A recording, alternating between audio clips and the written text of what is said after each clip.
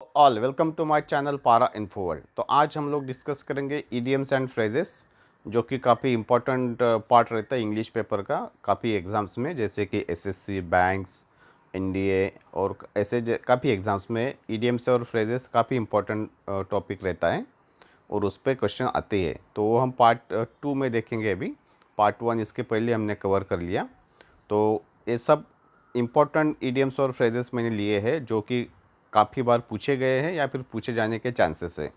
तो इडियम्स और फ्रेजेस सिर्फ वो नहीं डिस्कस करेंगे, तो उसको हम वाक्य में प्रयोग भी करेंगे, सेंटेंस में कैसा यूज़ करने का वो भी करेंगे और उसका एग्जाम्पल देखेंगे जैसे कि, और जो भी स्पष्टीकरण है वो हिंदी में भी देखेंगे, तो सो दैट आपको समझ में आएगा। तो काफ़ी इम्पोर्टेंट है, तो आप हर एक इडियम्स एंड फ्रेजेस को अच्छी तरह से स्टडी कीजिए।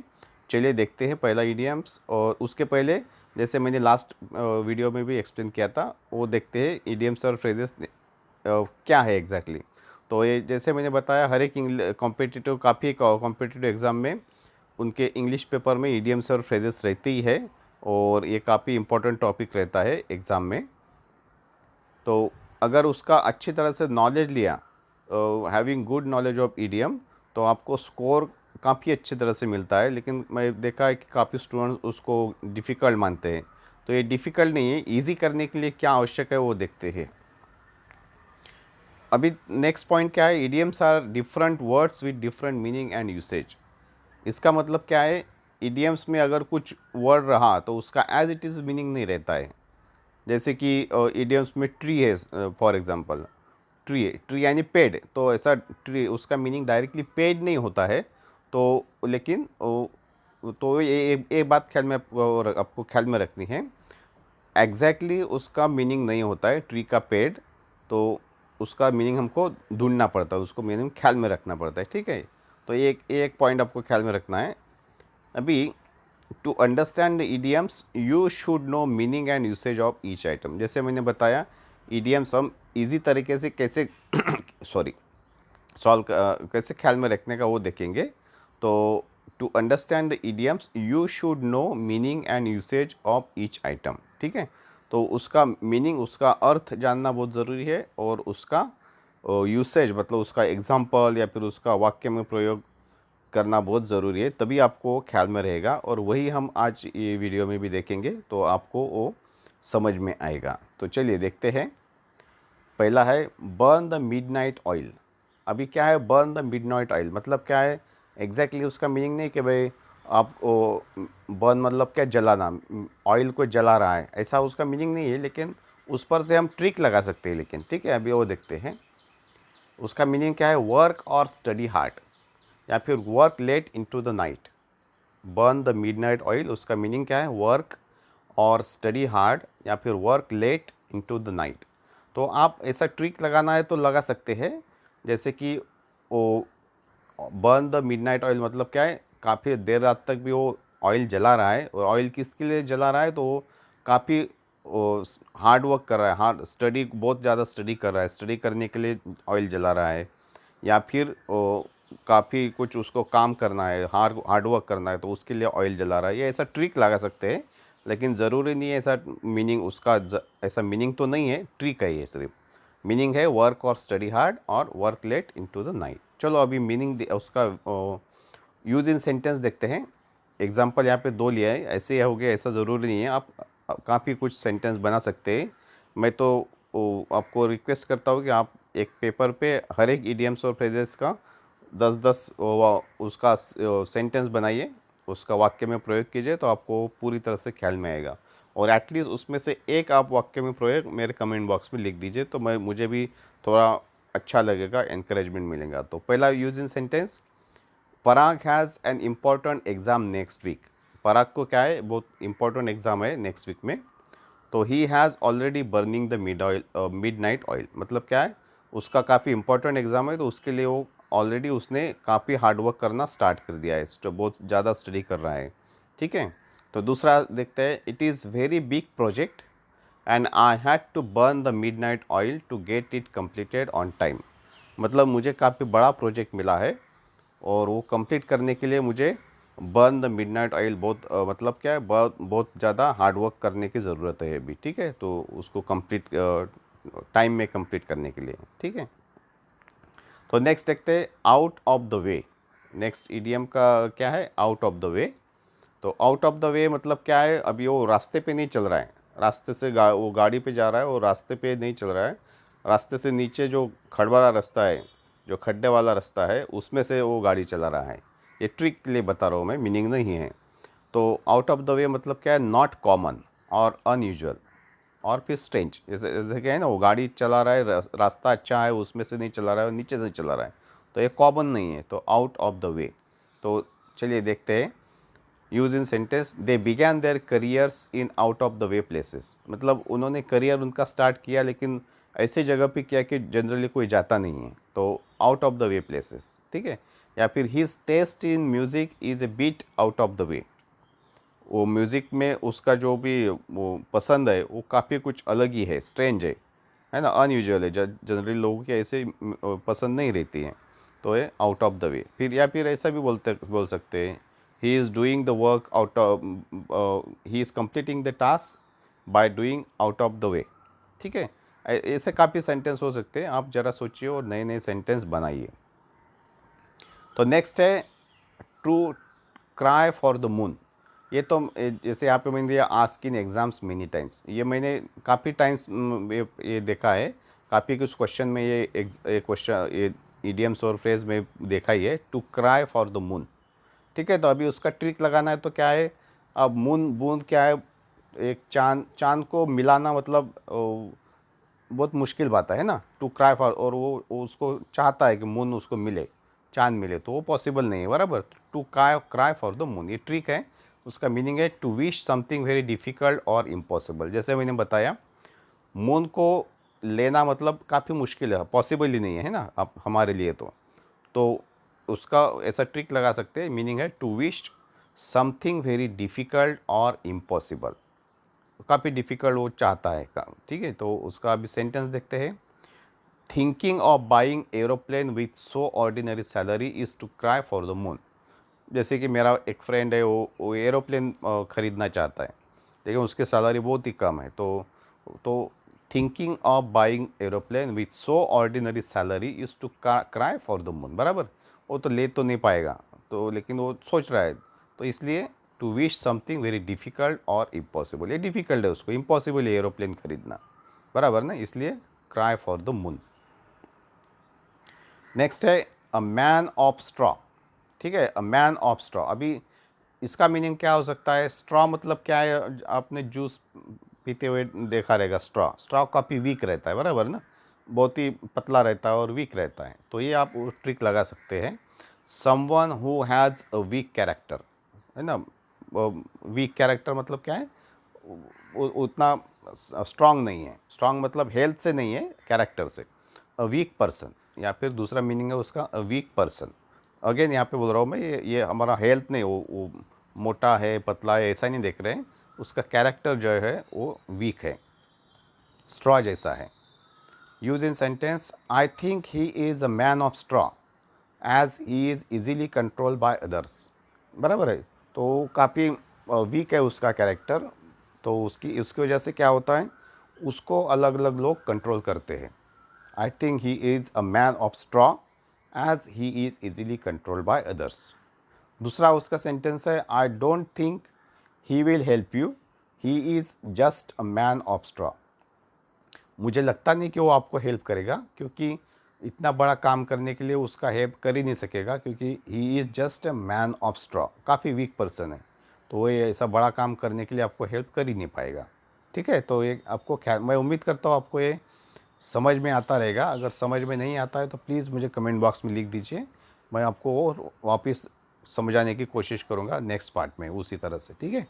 तो और आप प्लीज़ ये लाइक कीजिए, काफ़ी, क्योंकि काफ़ी इंपॉर्टेंट वीडियो रहता है इडियम्स और फ्रेजेस का, तो प्लीज़ लाइक कीजिए, सो दैट मुझे भी इंकरेजमेंट मिलेगा, और आपके फ्रेंड सर्कल में शेयर भी कीजिए, तो उनको भी इसका बेनिफिट मिलेगा। आज थोड़ा मेरा आवाज़ ख़राब है, तो प्लीज़ एक्सक्यूज़ मी। नेक्स्ट है jack of all trades master of none. जैसे कि मैंने बताया, हर एक क्वेश्चन काफ़ी इंपॉर्टेंट है, या तो पूछा गया है या फिर पूछा जाने का चांसेस बहुत है, तो ये भी ask in exam many times मैंने यहाँ पे दिया है। तो jack of all trades master of none, मतलब उसका मीनिंग क्या है? Someone who is able to do many things but is not an expert in any, या फिर a person suppose to know everything but expert of none. जैसे कि एक आदमी है, वो क्या करता है, प्लम्बिंग भी करता है, कारपेंट्री भी करता है, या फिर इलेक्ट्रिशियन करता है, वायरमैन करता है, वो अलग अलग काम करते रहता है, लेकिन एक्सपर्ट एक का भी नहीं, ना वो प्लम्बर पूरी तरह से है, ना कारपेंटर पूरी तरह से है, या फिर इलेक्ट्रिशियन वायरमैन, एक्सपर्ट किसका भी नहीं है, लेकिन काम कुछ करते रहता है। तो ये उसका मीनिंग है, jack of all trades master of none. Use in sentence, Satish does many task but cannot do things thoroughly, he is jack of all trades and master of none. Satish क्या करता है, बहुत कुछ काम करते रहता है, but cannot do things thoroughly, मतलब वो पूरे उसको क्योंकि वो एक्सपर्ट नहीं है, बराबर ना, एक्सपर्ट नहीं है इसलिए थॉरोली कर नहीं सकता है। He is jack of all trades and master of none. देखते हैं next, out of the would.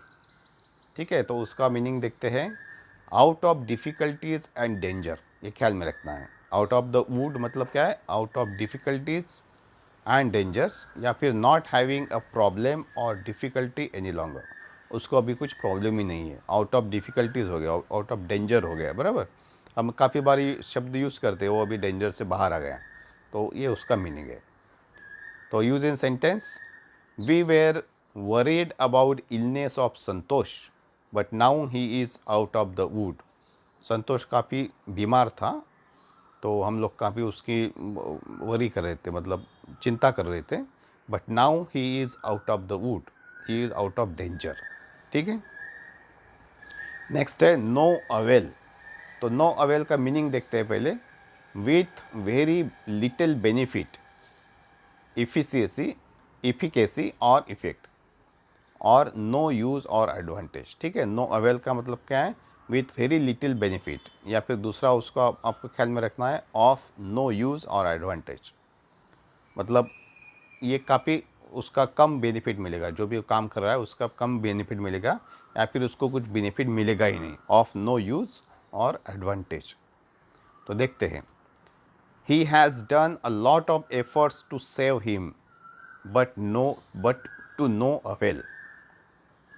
उसने उसको बचाने के लिए काफ़ी कुछ एफर्ट्स किए, काफ़ी कुछ प्रयत्न किए, बट टू नो अवेल, उसको लेकिन वो बेनिफिट नहीं मिला, फ़ायदा नहीं हो गया, वो he could not save him. ठीक है, दूसरा यूज इन सेंटेंस है, we search the whole area but all to no avail, thieves had disappeared. हमने पूरा एरिया छान मारा ढूंढने के लिए, बट नो अवेल, लेकिन उसका कुछ फ़ायदा नहीं हो गया, उसका कुछ हमको मिला नहीं उसका नतीजा, क्योंकि जो चोर थे वो ऑलरेडी भाग चुके थे, है ना, चोर मिले नहीं, इसलिए नो अवेल। ठीक है, तो नेक्स्ट है bring to light. Bring to light मतलब क्या है, टू रिवील समथिंग और डिस्क्लोज, और जनरली किसके लिए यूज़ किया जाता है, समथिंग इन अप्रोप्रिएट और इलीगल। ठीक है, तो ये ऐसा मीनिंग है, to to bring to the light मतलब क्या है, टू रिवील समथिंग और डिस्क्लोज, मतलब हम कुछ सीक्रेट बता देते हैं, जैसे मीडिया वाले कुछ सीक्रेट बता देते हैं, तो वो क्या करते हैं, टू रिवील समथिंग, जो लोगों को मालूम नहीं हो वो लोगों को जानकारी देते हैं, एक आधा कुछ सीक्रेट बात बता देते हैं, टू रिवील समथिंग या फिर डिस्क्लोज। लेकिन जनरली क्या होता है, जो इलीगल है या फिर इनअप्रोप्रिएट है उसके लिए ये यूज़ किया जाता है, लेकिन नॉट नेसेसरी। ठीक है, तो ये ख्याल में रखना है, ब्रिंग टू लाइट मतलब क्या है, टू रिवील समथिंग, और टू डिस्क्लोज मतलब कुछ सीक्रेट बताना।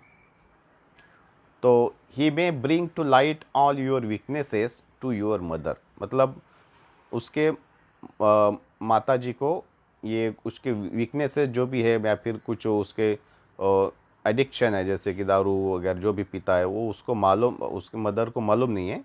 तो he may bring to light मतलब क्या, उसका जैसे कि ही मतलब लेट्स से उसका friend may bring to light all his weaknesses to your mother, तो उसके जो भी वीकनेसेस है वो उसके मदर को बता देगा, डिस्क्लोज कर देगा, इसलिए ब्रिंग टू लाइट।